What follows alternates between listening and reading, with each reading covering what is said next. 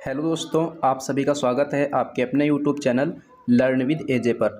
दोस्तों, आज है 24 मार्च और आज की इस क्लास में हम लोग 23 मार्च 2023 को जो कुमार गौरव सर के द्वारा करंट अफेयर्स की क्लास करवाई गई थी और उसमें जो गायत्री मंत्र का टॉपिक था जिसमें हम सर के द्वारा संविधान की प्रमुख अनुसूचियों को करवाया गया था और साथ साथ में जो लल्लन टॉप क्वेश्चंस करवाए गए थे उन सभी का आज की इस वीडियो में हम लोग रिवीजन करने वाले हैं। तो दोस्तों, जैसा कि आप लोग जानते ही हैं, ये जो अपनी क्लास रहती है रिवीजन क्लास रहती है और रोज़ सुबह 6 बजे करवाई जाती है।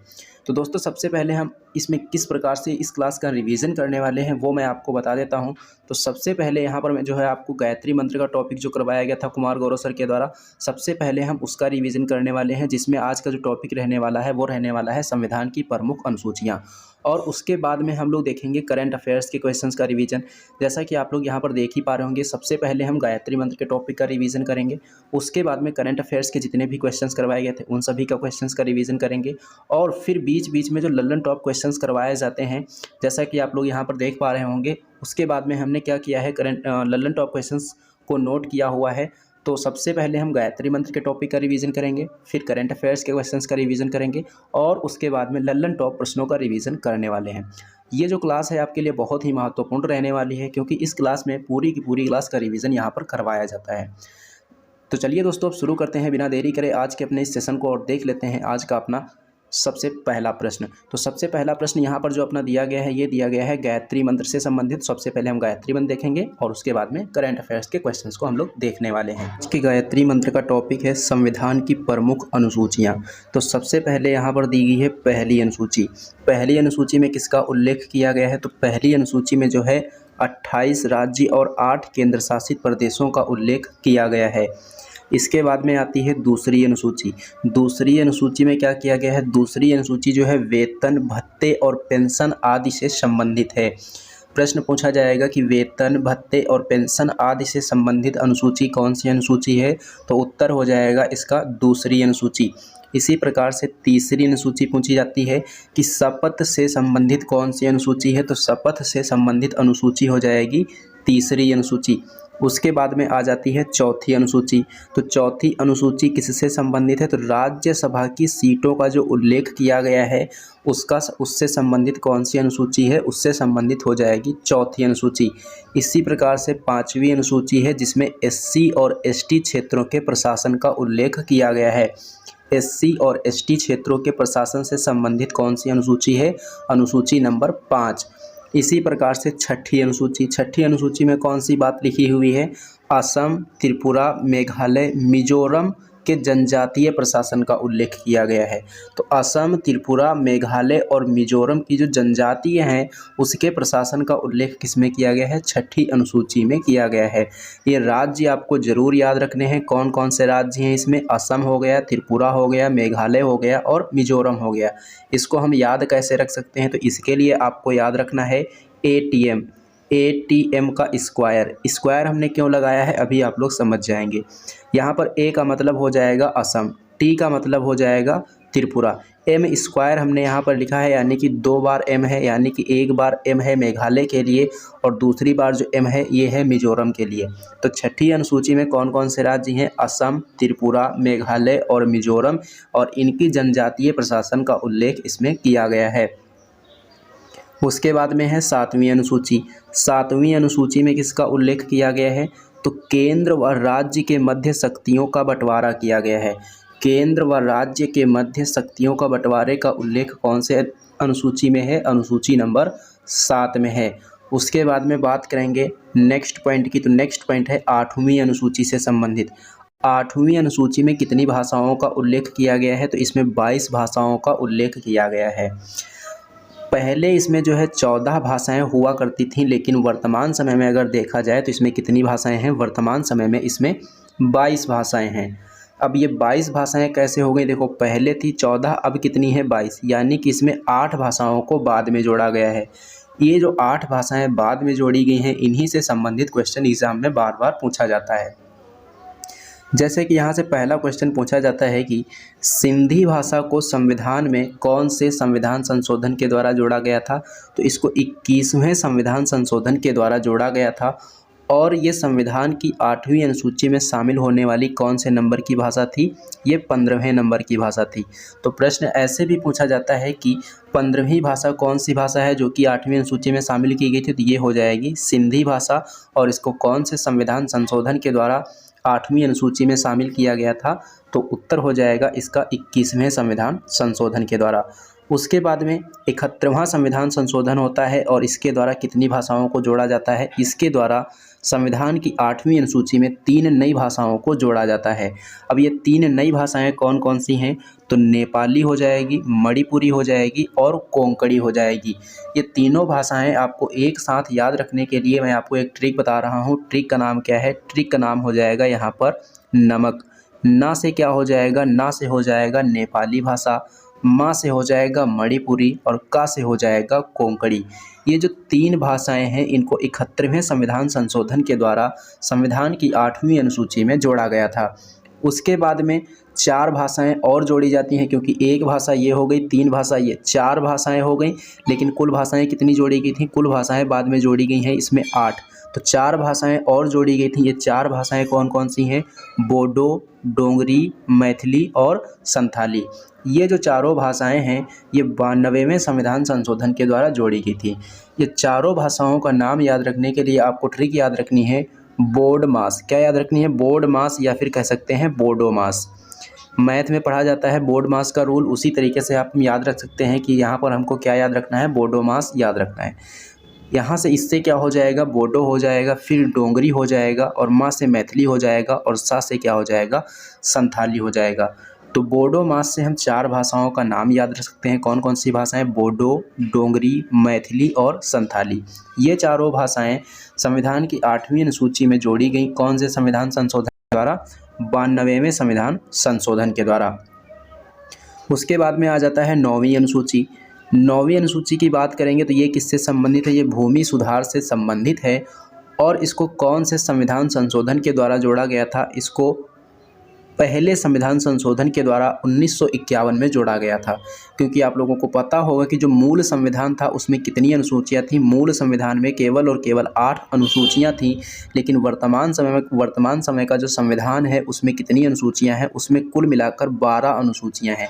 यानी कि इसमें 4 अनुसूचियां जो हैं ये बाद में जोड़ी गई हैं। और उसमें से सबसे पहले कौन सी अनुसूची जोड़ी गई थी? 9वीं अनुसूची जोड़ी गई थी, जो कि भूमि सुधार से संबंधित है। और इसको पहले नंबर के संविधान संशोधन के द्वारा 1951 में जोड़ा गया था। इसी प्रकार से 10वीं अनुसूची जोड़ी जाती है। और 10वीं अनुसूची कौन से संविधान संशोधन के द्वारा जोड़ी गई थी? 52वें संविधान संशोधन के द्वारा ये अनुसूची जोड़ी गई थी। और ये किससे संबंधित है? ये जो है दल बदल विरोधी कानून से या दल बदल से संबंधित प्रावधान इसमें दिए गए हैं, उससे ये संबंधित है।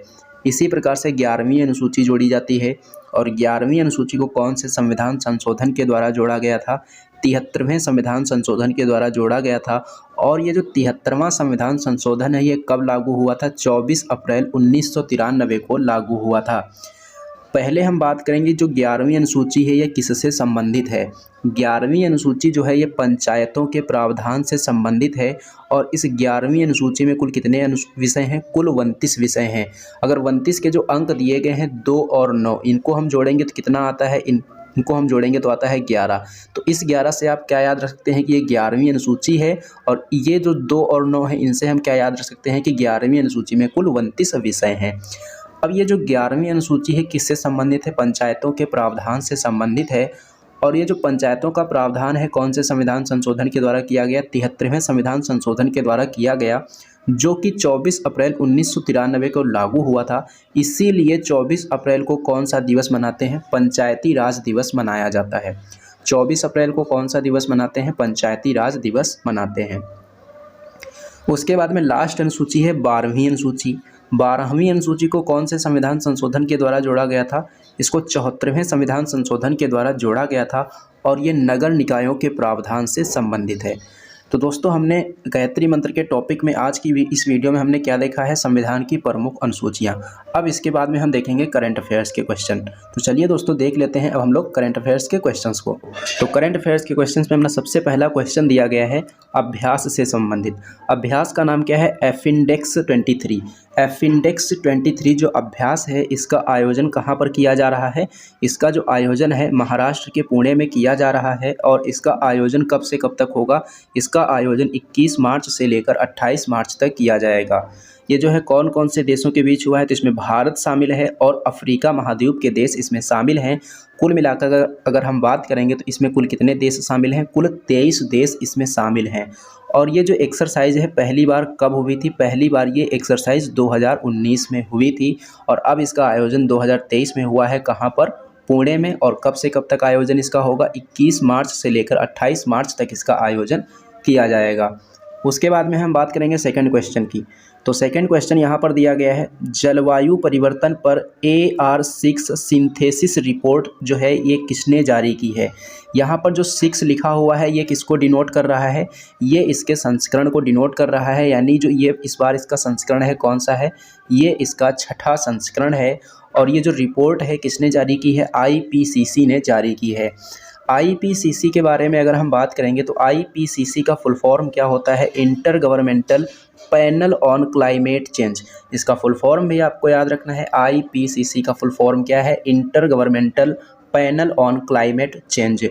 इसके जो 58वें सत्र का आयोजन है कहाँ पर किया जा रहा था? स्विट्जरलैंड में किया जा रहा था और इसी आयोजन में ये रिपोर्ट जारी की गई है। कौन सी रिपोर्ट? जलवायु परिवर्तन पर AR6 सिंथेसिस रिपोर्ट।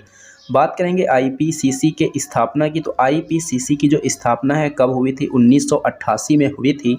और इसका मुख्यालय कहाँ है? इसका मुख्यालय है जिनेवा में। और जिनेवा कहाँ पड़ता है? जिनेवा जो है ये स्विट्जरलैंड में स्थित है। कहाँ पर स्थित है? स्विट्जरलैंड में। उसके बाद में नेक्स्ट क्वेश्चन की बात करेंगे। तो नेक्स्ट क्वेश्चन यहाँ पर दिया गया है कि एशिया के सबसे बड़े 4 मीटर अंतर्राष्ट्रीय लिक्विड मिरर टेलीस्कोप का उद्घाटन कहाँ किया गया है और उद्घाटन किसने किया है? एशिया के सबसे बड़े 4 मीटर अंतर्राष्ट्रीय लिक्विड मिरर टेलीस्कोप का उद्घाटन कहाँ किया गया है? तो इसका उद्घाटन किया गया है उत्तराखंड में। कहाँ पर किया गया है? उत्तराखंड में किया गया है। और उद्घाटन किसने किया है? उद्घाटन इसका किया है डॉक्टर जितेंद्र सिंह ने। डॉक्टर जितेंद्र सिंह केंद्रीय मंत्री हैं और ये कौन से मंत्रालय के मंत्री हैं? पृथ्वी विज्ञान मंत्रालय जो है ये उसके मंत्री हैं और इन्हीं के द्वारा इसका उद्घाटन किया गया है। इसमें सहयोग किसने किया है? इसमें जो सहयोग है आर्यभट्ट रिसर्च इंस्टीट्यूट के द्वारा किया गया। सहयोग किसके द्वारा किया गया है? आर्यभट्ट रिसर्च इंस्टीट्यूट के द्वारा। बात आई है उत्तराखंड की। तो उत्तराखंड की राजधानी क्या है? उत्तराखंड की राजधानी है देहरादून। उत्तराखंड की राजधानी क्या है? उत्तराखंड की राजधानी हो जाएगी देहरादून। लेकिन अगर पूछ दिया जाए कि उत्तराखंड की ग्रीष्मकालीन राजधानी क्या है, तो उत्तराखंड की अगर ग्रीष्मकालीन राजधानी पूछी जाएगी तो क्या हो जाएगी? ये हो जाएगी गैरसैंण। उत्तराखंड की राजधानी देहरादून और ग्रीष्मकालीन राजधानी हो जाएगी गैरसैंण। अब जो नेक्स्ट क्वेश्चन उत्तराखंड से पूछा जा सकता है वो ये है कि उत्तराखंड में विधानसभा की सीट कितनी है? तो विधानसभा की सीट यहाँ पर कितनी है? विधानसभा की सीट यहाँ पर है 70। और उत्तराखंड का स्थापना दिवस कब मनाया जाता है? उत्तराखंड का स्थापना दिवस जो है ये 9 नवंबर को मनाया जाता है। 9 नवंबर को प्रतिवर्ष मनाते हैं क्योंकि जो इसकी स्थापना है कब हुई थी? 9 नवंबर वर्ष 2000 को उत्तराखंड की स्थापना हुई थी। तो उत्तराखंड से संबंधित हमने 4 प्रश्न आपको बताए हैं। उत्तराखंड की राजधानी क्या है? देहरादून। ग्रीष्मकालीन राजधानी क्या है? गैरसैंण।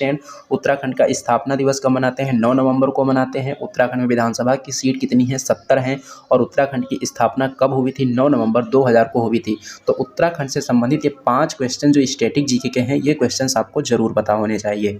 उसके बाद में हम बात करेंगे नेक्स्ट क्वेश्चन की। नेक्स्ट क्वेश्चन यहाँ पर क्या दिया गया है? BIS लाइसेंस जो है किसे प्रदान किया गया है? अभी हाल ही में BIS लाइसेंस किसे प्रदान किया गया है? तो ये जो है जिंदल स्टील को प्रदान किया गया है। ये जो जिंदल स्टील फैक्ट्री है कहाँ है? छत्तीसगढ़ के रायगढ़ में है। कहाँ है? छत्तीसगढ़ के रायगढ़ में। और ये जो BIS लाइसेंस है क्यों प्रदान किया गया है? तो इसके लिए कारण बताना है कि आग प्रतिरोधी स्टील बनाने के लिए। ये जो आग प्रतिरोधी स्टील बनाई जाएगी इसका स्टैंडर्ड क्या है? इसका मानक क्या है? तो इसका मानक हो जाएगा IS 15103। IS 15013 क्या हो जाएगा इसका स्टैंडर्ड? IS 15013 इसका स्टैंडर्ड हो जाएगा। और ये जो स्टैंडर्ड है कितने डिग्री का तापमान और कितने समय तक सहन कर सकता है? तो इसका जो अधिकतम तापमान है ये 600 डिग्री सेल्सियस का तापमान लगातार 3 घंटे तक सहन कर सकती है। इतनी मजबूत ये स्टील होने वाली है। उसके बाद में हम बात करेंगे नेक्स्ट क्वेश्चन की। तो नेक्स्ट क्वेश्चन यहाँ पर दिया गया है, गज मित्र पहल से। ये जो गज मित्र पहल है कहाँ प्रारंभ की गई है और क्यों प्रारंभ की गई है? गज मित्र जो पहल है ये पश्चिम बंगाल में प्रारंभ की गई है और क्यों प्रारंभ की गई है? मानव हाथी के बीच संघर्ष को रोकने के लिए। कहाँ प्रारंभ की गई है? पश्चिम बंगाल में। क्यों प्रारंभ की गई है? मानव और हाथी के बीच संघर्ष को रोकने के लिए। अब बात आई है हाथी के संघर्ष को रोकने की, तो हाथी से संबंधित कुछ क्वेश्चन यहाँ पर दिए गए हैं। जैसे कि पहला पॉइंट है कि अंतर्राष्ट्रीय हाथी दिवस कब मनाते हैं? तो ये 12 अगस्त को मनाते हैं। 12 अगस्त को ही एक मोस्ट इम्पॉर्टेंट डे है, कौन सा? अंतर्राष्ट्रीय युवा दिवस। अंतर्राष्ट्रीय युवा दिवस भी 12 अगस्त को ही मनाते हैं, ये भी आपको याद रखना है। उसके बाद में है रीहैब प्रोजेक्ट। रीहैब प्रोजेक्ट का उद्देश्य क्या है? मानव और हाथी के बीच संघर्ष को रोकना। जिस प्रकार से गजमित्र पहल का उद्देश्य है मानव और हाथी के बीच संघर्ष को रोकना, उसी प्रकार से रीहैब प्रोजेक्ट का भी उद्देश्य है मानव और हाथी के बीच संघर्ष को रोकना। इसमें मानव और हाथी के बीच संघर्ष को रोकने के लिए किसका इस्तेमाल किया जाएगा? मधुमक्खियों का इस्तेमाल किया जाएगा। उसके बाद में नेक्स्ट पॉइंट है हाथी प्रोजेक्ट। हाथी प्रोजेक्ट ये कब शुरू हुआ था? हाथी प्रोजेक्ट जो है ये 1992 में शुरू हुआ था। उसके बाद में नेक्स्ट क्वेश्चन की बात करेंगे, तो नेक्स्ट क्वेश्चन दिया गया है कि वकीलों की सुरक्षा के लिए अधिवक्ता संरक्षण कानून लाने वाला देश का पहला राज्य कौन सा राज्य बन गया है? मोस्ट इम्पॉर्टेंट क्वेश्चन है। इस प्रकार का कानून अभी तक किसी राज्य सरकार के द्वारा नहीं लाया गया है। कौन सा कानून है? अधिवक्ता संरक्षण कानून। और ये कानून लाने वाला देश का पहला राज्य कौन सा राज्य बन गया है? ये बन गया है राजस्थान। इसी प्रकार से राजस्थान से संबंधित एक पॉइंट और है कि अहिंसा विभाग गठित करने वाला पहला राज्य कौन सा है? तो इसका उत्तर भी हो जाएगा राजस्थान। अभी हाल ही में 19 नए जिलों और 3 नए संभागों का गठन कहाँ किया गया है? तो इसका उत्तर भी क्या है? राजस्थान में। और राजस्थान में अब कितने ज़िले हो गए हैं? राजस्थान में अब 50 ज़िले और 10 संभाग हो गए हैं। तो राजस्थान से संबंधित ये जितनी भी जानकारी आपको बताई गई है, ये सभी जानकारी आपको पता होनी चाहिए। उसके बाद में हम नेक्स्ट क्वेश्चन की बात करेंगे, तो नेक्स्ट क्वेश्चन दिया गया है सेलिब्रिटी ब्रांड मूल्यांकन रिपोर्ट 2022 के अनुसार भारत के सबसे मूल्यवान सेलिब्रिटी कौन बन गए हैं? तो ये बन गए हैं रणवीर सिंह। कौन बन गए हैं? रणवीर सिंह। और दूसरे नंबर पर इसमें कौन है? दूसरे नंबर पर इसमें है विराट कोहली। और 5वें नंबर पर कौन है? 5वें नंबर पर है दीपिका पादुकोण। तो सेलिब्रिटी ब्रांड मूल्यांकन जो रिपोर्ट 2022 जारी किया गया, उसमें भारत के सबसे मूल्यवान सेलिब्रिटी कौन बने हैं? रणवीर सिंह बने हैं। अब रणवीर सिंह से संबंधित एक पॉइंट आपको और याद रखना है कि जो पेप्सिको इंडिया है, पेप्सिको इंडिया के ब्रांड एम्बेसडर कौन है? पेप्सिको इंडिया के ब्रांड एम्बेसडर हैं रणवीर सिंह। नेक्स्ट पॉइंट है कि फीफा की ट्रॉफी का अनावरण करने वाली पहली ग्लोबल स्टार कौन बनी है? फीफा की ट्रॉफी का अनावरण करने वाली पहली ग्लोबल स्टार कौन बनी है? ये बनी है दीपिका पादुकोण। प्यूमा इंडिया की ब्रांड एम्बेसडर कौन है? ये हो जाएंगी हरमनप्रीत कौर। और हर्बा लाइफ की ब्रांड एम्बेसडर कौन है? हर्बा लाइफ की ब्रांड एम्बेसडर हो जाएंगी स्मृति मंधाना। कौन हो जाएंगी? स्मृति मंधाना। उसके बाद में नेक्स्ट क्वेश्चन की बात करेंगे, तो नेक्स्ट क्वेश्चन यहाँ पर दिया गया है कि हाल ही में सांख्यिकी और कार्यक्रम कार्यान्वयन मंत्रालय के द्वारा जारी 24वें भारत में महिला और पुरुष 2022 के अंक में वर्ष 2018-20 में जन्म के समय कितना लिंगानुपात दर्ज किया गया है? तो इसका उत्तर हो जाएगा 907। और ये जो लिंगानुपात है 2017-19 में कितना था? 904 था। और 2011 में कितना था? 943 था। और 2036 में इसको 952 तक होने की उम्मीद बताई जा रही है कि वर्ष 2036 तक ये लिंगानुपात बढ़कर कितना हो जाएगा? 952 हो जाएगा।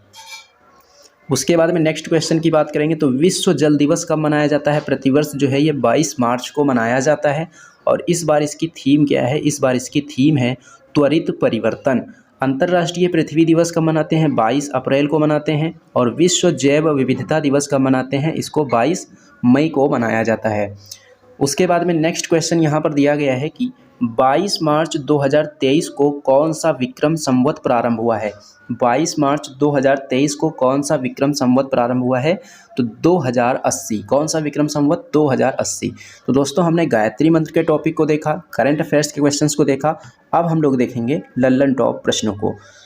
तो लल्लन टॉप प्रश्नों में अपना यहाँ पर सबसे पहला जो प्रश्न दिया गया है कि भारत का पहला स्वदेशी विमान वाहक पोत कौन सा है?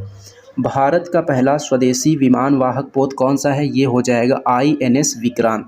और इस INS विक्रांत का निर्माण किसने किया है? कोचीन शिपयार्ड लिमिटेड के द्वारा किया गया है। नेक्स्ट पॉइंट है आंध्र प्रदेश की नई राजधानी क्या है? आंध्र प्रदेश की नई राजधानी क्या होगी? विशाखापत्तनम। आंध्र प्रदेश से संबंधित एक क्वेश्चन और पूछा जाता है कि भाषाई आधार पर गठित होने वाला पहला राज्य कौन सा था? तो उसका भी उत्तर क्या होता है? आंध्र प्रदेश। नेक्स्ट क्वेश्चन की बात करेंगे तो नेक्स्ट पॉइंट यहाँ पर दिया गया है अफ्रीका महाद्वीप से संबंधित। अफ्रीका महाद्वीप में एक नहर है जिसका नाम है स्वेज नहर। ये जो स्वेज नहर है इससे संबंधित एक क्वेश्चन पूछा जाता है कि भूमध्य सागर और लाल सागर को कौन सी नहर जोड़ती है? भूमध्य सागर और लाल सागर को कौन सी नहर के द्वारा जोड़ा जाता है? तो उत्तर होता है इसका स्वेज नहर। इसी प्रकार से यहाँ पर एक मरुस्थल है जिसका नाम है सहारा मरुस्थल। इससे संबंधित क्वेश्चन क्या है कि जो विश्व का सबसे बड़ा मरुस्थल है वो कौन सा है? ये हो जाएगा सहारा मरुस्थल। उसके बाद में यहाँ पर क्या दिया गया है? विक्टोरिया झील। विक्टोरिया झील कहाँ है? विक्टोरिया झील जो है ये अफ्रीका महाद्वीप में स्थित है। और इससे संबंधित क्वेश्चन पूछा जाता है कि जो भूमध्य रेखा है ये कौन सी झील के मध्य से गुजरती है? तो ये हो जाएगा इसका उत्तर विक्टोरिया झील। या फिर प्रश्न ऐसे भी पूछा जाता है कि विक्टोरिया झील के मध्य से कौन सी रेखा गुजरती है? तो उत्तर क्या होगा? भूमध्य रेखा गुजरती है। उसके बाद में नेक्स्ट पॉइंट की बात करेंगे तो नेक्स्ट पॉइंट दिया गया है कि भूमध्य रेखा को 2 बार काटने वाली नदी कौन सी है? तो भूमध्य रेखा को 2 बार काटने वाली नदी का नाम क्या हो जाएगा? कांगो नदी। और कर्क रेखा को 2 बार काटने वाली नदी का नाम क्या हो जाएगा? माही नदी। और मकर रेखा को 2 बार काटने वाली नदी का नाम क्या हो जाएगा? लिम्पोपे नदी। अब ये तीनों नदियाँ हम कैसे याद रखें जिससे कि इसको हम कभी भी ना भूलें? तो इसके लिए आपको क्या याद रखना है? जैसे कि इसको हम क्या माने? इसको हम पूरे को पृथ्वी माने। और बीचों बीच से कौन सी रेखा गुजरती है? भूमध्य रेखा गुजरती है। और भूमध्य रेखा के ऊपर कौन सी रेखा होती है? यहाँ पर होती है कर्क रेखा। और यहाँ पर कौन सी रेखा होती है? मकर रेखा। अब आपने मैथ में क्या पढ़ा होगा? एलसीएम निकालना पढ़ा होगा। क्या निकालना पढ़ा होगा? एलसीएम निकालना। अब ये एलसीएम मैं यहाँ पर आपको क्यों बता रहा हूँ? तो एलसीएम के लिए ये एलसीएम जो है ये इसकी ट्रिक है। किस प्रकार से ये ट्रिक है? सबसे पहले आपको यहाँ पर एल लिखना है, यहाँ पर सी लिखना है और यहाँ पर एम लिखना है। ये क्या हो गया? ये हो गया एलसीएम। एल से क्या हो जाएगा? एल से हो जाएगा लिम्पोपे नदी। एल हमने यहाँ पर ही क्यों लिखा है? क्योंकि ये कौन सी रेखा है? ये है मकर रेखा। तो मकर रेखा को 2 बार काटने वाली नदी कौन सी हो जाएगी? लिम्पोपे नदी। फिर आ गया है सी। और सी किसके सामने लिखा हुआ है? सी लिखा हुआ है भूमध्य रेखा के सामने। और तो भूमध्य रेखा को 2 बार काटने वाली नदी कौन सी हो जाएगी? कांगो। यानी कि सी से क्या हो गया? कांगो। और एम किसके सामने लिखा हुआ है? एम जो है ये मकर रेखा, एम जो है कर्क रेखा के सामने लिखा हुआ है। यानी जो कर्क रेखा है, कर्क रेखा को 2 बार काटने वाली नदी कौन सी हो जाएगी? एम। यानी कि एम से हो जाएगा माही नदी। तो कर्क रेखा को 2 बार काटने वाली नदी माही नदी। मकर रेखा को 2 बार काटने वाली नदी कौन सी हो जाएगी? लिम्पोपे नदी। और भूमध्य रेखा को 2 बार काटने वाली नदी कौन सी हो जाएगी? कांगो नदी। उसके बाद में हम बात करेंगे नेक्स्ट पॉइंट की। तो नेक्स्ट पॉइंट दिया गया है कि अफ्रीका महाद्वीप का नवीन वलित पर्वत कौन सा है? तो ये हो जाएगा एटलस पर्वत। अग्नि वॉरियर अभ्यास जो है कौन कौन से देशों के बीच होता है? भारत और सिंगापुर के बीच होता है। और अभी हाल ही में इसका आयोजन कहाँ किया गया है? इसका आयोजन महाराष्ट्र में किया गया है। नेक्स्ट पॉइंट है कि अफ्रीका महाद्वीप की सबसे ऊंची चोटी कौन सी है? अफ्रीका महाद्वीप की सबसे ऊंची चोटी हो जाएगी माउंट किलिमंजारो। उसके बाद में नेक्स्ट पॉइंट है संगम अभ्यास। संगम अभ्यास किसके किसके बीच होता है? भारत और अमेरिका की नौसेना के मध्य होने वाली ये एक्सरसाइज है। काजिंद एक्सरसाइज भारत और कजाकिस्तान के बीच होने वाली एक्सरसाइज है। नेक्स्ट पॉइंट की बात करेंगे तो नेक्स्ट पॉइंट दिया गया है IMT त्रिलाट एक्सरसाइज। तो सबसे पहले तो ये जो एक्सरसाइज है पहली बार हुई है, इसलिए ये एक्सरसाइज मोस्ट इंपॉर्टेंट हो जाती है। और इसका आयोजन कहाँ पर किया गया है? इसका आयोजन किया गया है तंजानिया में। और ये कौन कौन से देशों के बीच हुई है? भारत के बीच, मोजाम्बिक के बीच और तंजानिया के बीच। यानी कि इसमें 3 देश शामिल हैं। कौन कौन से? भारत, मोजाम्बिक और तंजानिया। उसके बाद में नेक्स्ट पॉइंट की बात करेंगे तो नेक्स्ट पॉइंट है नसीम अल बह एक्सरसाइज। नसीम अल बह एक्सरसाइज जो है कौन कौन से देशों के बीच होती है? ये भारत और ओमान के बीच होती है। कौन कौन से देशों के बीच? भारत और ओमान के बीच। नेक्स्ट पॉइंट दिया गया है SITES यानी कि साइट्स कन्वेंशन। ये जो साइट्स कन्वेंशन है कब लागू हुआ था? ये जो है 1975 में लागू हुआ था। इसको क्यों लागू किया गया था? ये जो कन्वेंशन है संकटग्रस्त प्रजातियों के व्यापार को रोकने के लिए चालू किया गया था, लागू किया गया था। और ये जो कन्वेंशन है जिस दिन हुआ था उस दिन कौन सा दिवस मनाते हैं? उस दिन विश्व वन्यजीव दिवस मनाते हैं। यानी कि विश्व वन्यजीव दिवस जो है कब मनाया जाता है? 3 मार्च को मनाया जाता है। साइट्स कन्वेंशन कब लागू हुआ? 1975 में लागू हुआ। विश्व वन्यजीव दिवस कब मनाते हैं? 3 मार्च को मनाते हैं। उसके बाद में नेक्स्ट पॉइंट है UNEP से संबंधित। सबसे पहला पॉइंट यहाँ से याद रखना है कि जो UNEP है इसका फुल फॉर्म क्या होता है? यूनाइटेड नेशन इन्वायरमेंट प्रोग्राम इसका फुल फॉर्म होता है, यानी कि संयुक्त राष्ट्र पर्यावरण कार्यक्रम इसका फुल फॉर्म है। इसकी स्थापना कब हुई थी? इसकी स्थापना हुई थी 5 जून 1972 को। और इसका मुख्यालय कहाँ है? इसका मुख्यालय है नैरोबी में। 5 जून 1972 को इसकी स्थापना हुई थी, इसीलिए 5 जून को कौन सा दिवस मनाते हैं? इसीलिए 5 जून को विश्व पर्यावरण दिवस मनाया जाता है। स्थापना तो 5 जून 1972 को हुई थी, लेकिन ये जो दिवस है पहली बार कब मनाया गया था? विश्व पर्यावरण दिवस। विश्व पर्यावरण दिवस जो है ये पहली बार 1974 को मनाया गया था। कब? 1974 को। उसके बाद में नेक्स्ट पॉइंट है यहाँ पर WWF। WWF का फुल फॉर्म क्या है? World wild life fund. क्या है इसका full form? World wild life fund. इसकी स्थापना कब हुई थी? 1961 में हुई थी। मुख्यालय स्विट्जरलैंड के ग्लैंड में है। और इसका लोगो क्या है? इसका लोगो हो जाएगा पांडा। नेक्स्ट पॉइंट की बात करेंगे तो नेक्स्ट पॉइंट है कि 38वें नंबर के जो राष्ट्रीय खेल 2024 में होने वाले हैं, इनका आयोजन कहाँ होगा? इनका आयोजन उत्तराखंड में होगा। फूलदेई महोत्सव कहाँ मनाते हैं? फूलदेई महोत्सव उत्तराखंड में मनाते हैं। उत्तराखंड की राजधानी क्या है? उत्तराखंड की राजधानी देहरादून है। ग्रीष्मकालीन राजधानी पूछी जाएगी तो गैरसैंण हो जाएगी। यहाँ पर विधानसभा की सीट कितनी है? 70 हैं। और उत्तराखंड की स्थापना कब हुई थी? 9 नवंबर वर्ष 2000 में हुई थी। उत्तराखंड का स्थापना दिवस कब मनाते हैं? 9 नवंबर को मनाते हैं। तो उत्तराखंड से संबंधित ये सभी पॉइंट आपको पता होने चाहिए। उसके बाद में नेक्स्ट पॉइंट यहाँ पर दिया गया है कि गांधी फिल्म के लिए 1983 में ऑस्कर अवार्ड जो है ये किससे मिला था? तो ये भानु अथैया को मिला था। किस लिए? कॉस्ट्यूम डिजाइनिंग के लिए। नेक्स्ट पॉइंट की बात करेंगे तो ऑपरेशन सर्द हवा का आयोजन किसके द्वारा किया जाता है? इसका आयोजन जो है बॉर्डर सिक्योरिटी फोर्स के द्वारा किया जाता है, यानी कि BSF के द्वारा किया जाता है। ऑप्स अलर्ट अभ्यास जो है ये किसके द्वारा चलाया गया? ये जो है BSF के द्वारा चलाया गया है। उसके बाद में नेक्स्ट पॉइंट 2011 की जनगणना के अनुसार जनसंख्या वृद्धि में ऋणात्मक वृद्धि वाला एकमात्र राज्य कौन सा है? नागालैंड है, यानी कि यहाँ पर जनसंख्या में कमी देखने को मिली थी। इसी प्रकार से 2011 की जनगणना के अनुसार सबसे कम जनसंख्या घनत्व कौन से राज्य का है? अरुणाचल प्रदेश का है। और यहाँ का जनसंख्या घनत्व कितना है 2011 की जनगणना के अनुसार? 17 व्यक्ति प्रति वर्ग किलोमीटर।